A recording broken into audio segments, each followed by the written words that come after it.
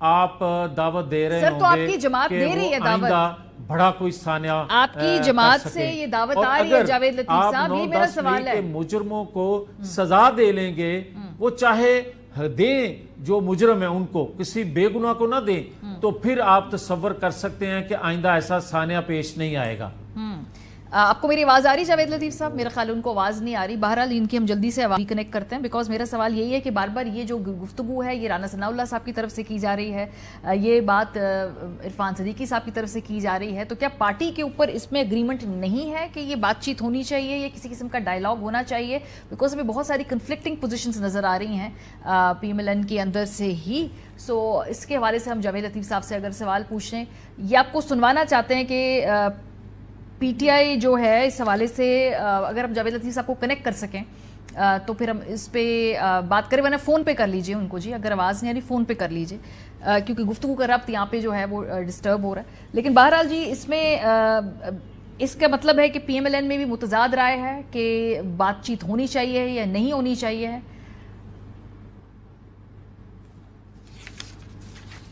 چلیں آپ ایک بریک پہ جاتے ہیں، واپس آتے ہیں تو اس کے بعد ہمارے ساتھ نئی مشرم بٹ صاحب موجود ہوں گے، ان سے بات کریں گے کہ پی ایم ایل این کے اندر کیا پک رہا ہے۔ ہمارے ساتھ رہیے۔ ویلکم بیک جی۔ پی ایم ایل این کو اس وقت ایک بیانیے کی تلاش ہے، اس بات کا ادراک انہیں ہے کہ اس وقت مزاحمتی بیانیہ ہی ہے جو چل رہا ہے اور جس کے بیسس پہ ووٹ ملتا ہے۔ کل ایک پریس کانفرنس کی پاکستان مسلم نواز کے اہم لیڈرز نے، میں آپ کو اس کے ویژول سکھانا چاہتی ہوں، یہ وہ لیڈرشپ ہے جو اس الیکٹورل پروسیس کے اندر خود اپنی نشستیں نہیں جیت سکے۔ ان کے کچھ گرجز ہیں، یہ سمجھتے ہیں کہ شاید ان کو جان بوجھ کر ہرایا گیا ہے، کہ مخالفین سمجھتے ہیں کہ پارٹی کی جانب سے جو فارم 45 47 والی سہولت تھی شاید ان لوگوں کو میسر نہیں ہوئی، اس وجہ سے بھی ناراضگی ہے۔ لیکن بہرحال یہ بڑے اگر ہم دیکھیں کلیئرلی تو یہ وہ لوگ ہیں جن کو موجودہ الیکشن کے اندر پی ایم ایل این کی حکومت کے اندر فی الحال انڈکٹ نہیں کیا گیا۔ کیا یہ اپنی مرضی سے حکومت کا حصہ نہیں بننا چاہتے، یا اس وقت ایک واضح طور پہ دو ڈیفرنٹ کیمپس ہیں؟ شہباز کیمپ جو ہے وہ ٹیکنوکریٹک بیسس کے اوپر حکومت چلا رہے ہیں، نواز کیمپ جو ہے وہ پالیٹکس بچانا چاہتا ہے۔ اس پر بات کریں گے، ہمارے ساتھ نئی مشرف بٹ صاحب موجود، head of investigation cell ARY news. بہت شکریہ بٹ صاحب۔ یہ پریس کانفرنس کل کیا تھی، اس کی کیا وجہ تھی، اور یہ پیکولرلی اس میں وہی لوگ ہیں سارے جن کی شکایات ہیں، شکوے ہیں الیکشن کے پروسیس سے؟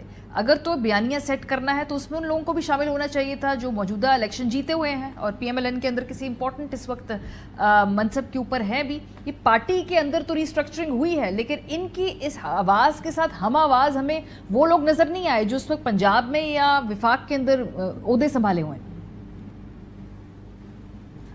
جی ماریا، اصل میں یہ جو بیٹھے بھی تھے پریس کانفرنس میں، ان میں بھی فرق ہے۔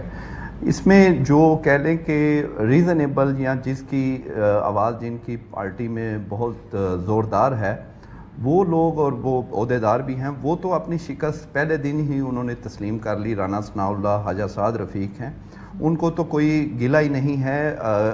گلہ تو زیادہ جو ہے وہ ایک ہی صاحب جاوید لطیف صاحب نے شور مچایا، اور ان کو سب سے زیادہ مارجن سے ہارے بھی وہ ہیں۔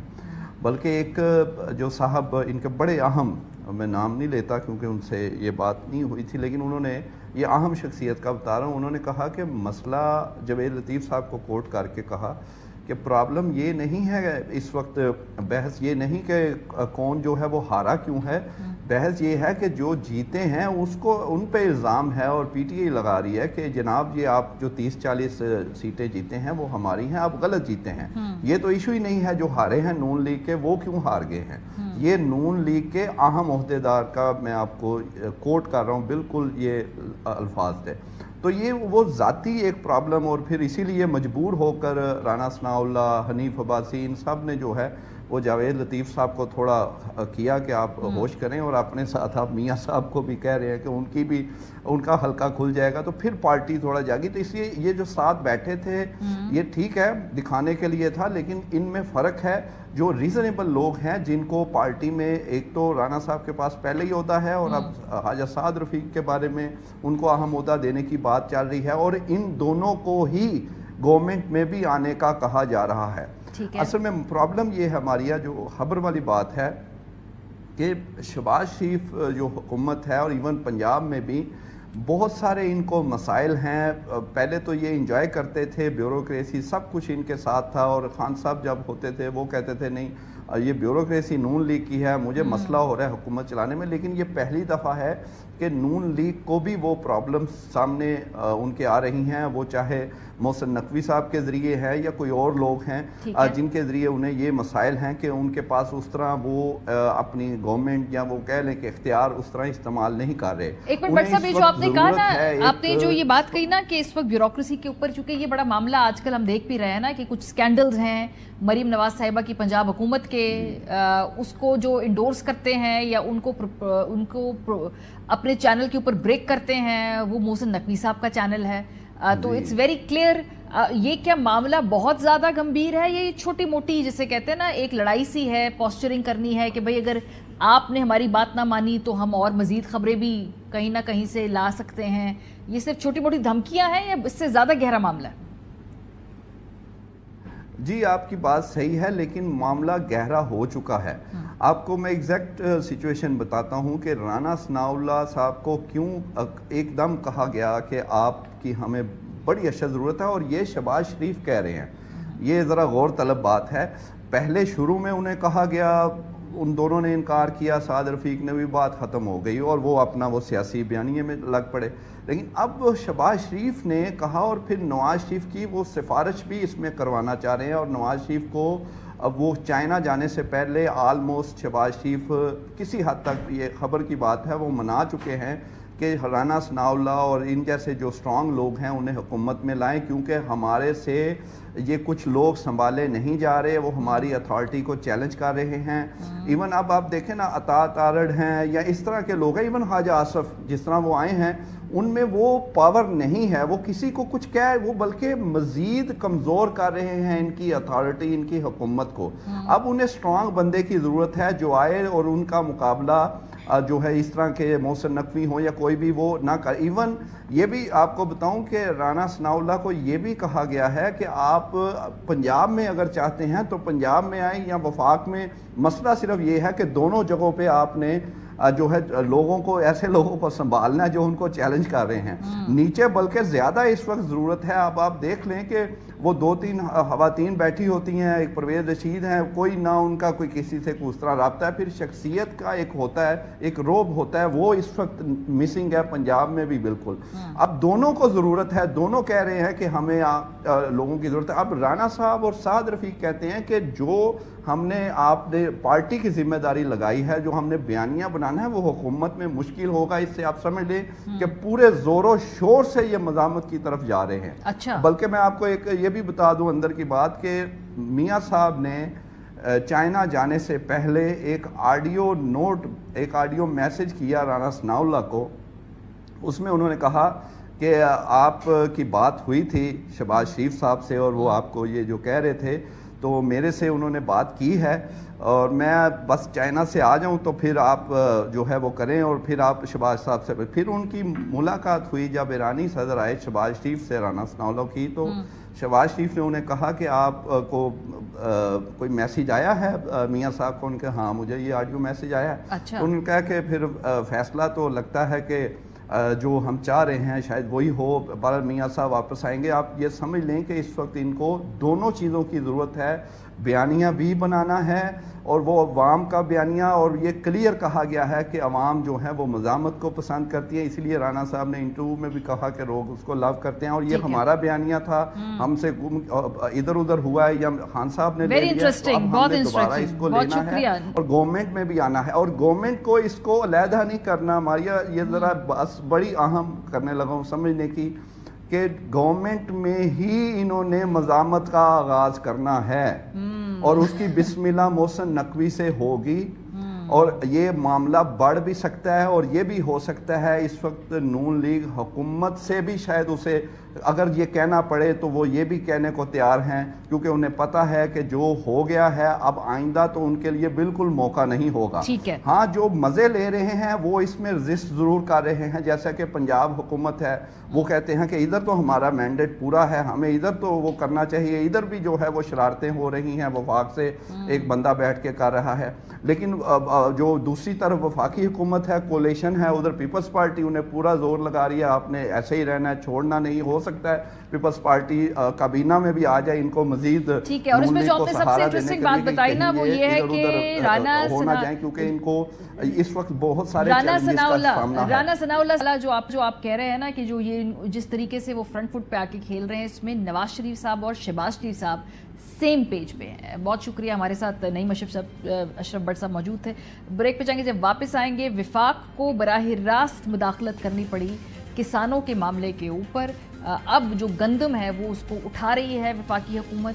بریک کے بعد پہ بات کریں گے کہ کس طریقے سے جو پنجاب حکومت کی طرف سے اور ایک کرائسس کریٹ کیا جا رہا تھا اس کے لیے وفاق کو انٹروین کرنا پڑا. بریک کے بعد ہمارے ساتھ رہیں. Welcome back. پنجاب کے اندر کسان کی فصل کا جو مسئلہ تھا وہ کرائسس سے پہلے بڑھتا، اس میں وفاق نے انٹروین کیا ہے. وزیر اعظم شہباز شریف صاحب نے آج جو گندم کے خریدنے کا جو میٹرک ٹن 1.4 میٹرک ٹن سے بڑھا کر جو 1.8 ملین میٹرک ٹن کر دی ہے. تو اب جو کیپیسٹی بڑھا دی گئی ہے. فی الحال وفاق جو ہے اس معاملے کے اندر خود فرنٹ فٹ پر آ گیا ہے. لیکن یہ اصل میں مسئلہ ہے کیا؟ مسئلہ یہ ہے کہ پنجاب میں گندم کی کٹائی شروع ہو چکی ہے اور اپنی فصل حکومت کے مقرر کردہ نرخ سے کم قیمت پر بیچنے پر مجبور ہے. حکومت نے گندم کی سرکاری ریٹ 3900 روپے فی من مقرر کی ہے جو پچھلے سال 4000 روپے فی من تھی.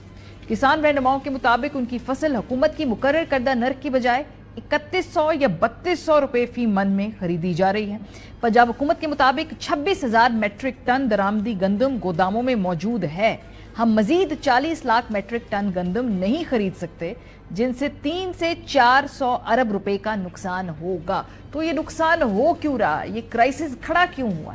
موجودہ پنجاب حکومت یہ کہتی ہے کہ نگران حکومت یہ سارے کام کر گئی، یہ سارے فیصلے کر گئی، جس کی وجہ سے اس وقت یہ سرپلس جو گندم ہے جو کسانوں کی لگی ہوئی ہے وہ خریدنے کی کیپیسٹی گورنمنٹ کی نہیں ہے.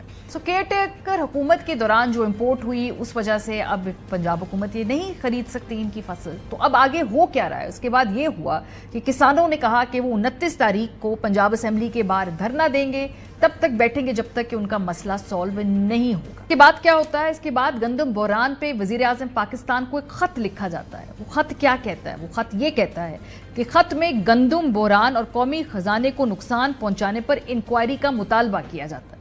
غیر ضروری طور پر گندم درآمد سے ملکی خزانے کو $1 ارب کا نقصان ہوا.